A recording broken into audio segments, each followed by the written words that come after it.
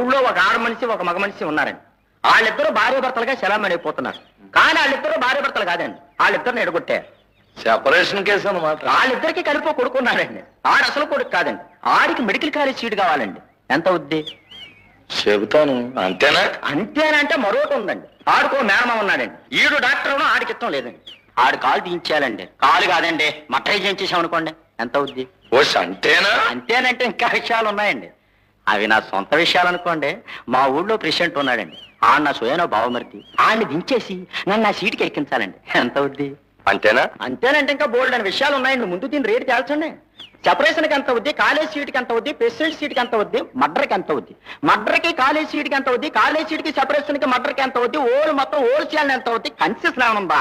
ఈ విషయంలో మీకు నాకు కాంప్రమైజేషన్ కుదిరితే నా జిల్లా ఓల్ మొత్తం తీసుకొచ్చి మీ చేతుల్లో పెడతాను. మీరు 100కి 2 రూపాయలు కమిషన్ ఇవ్వాలి. ఇదంతా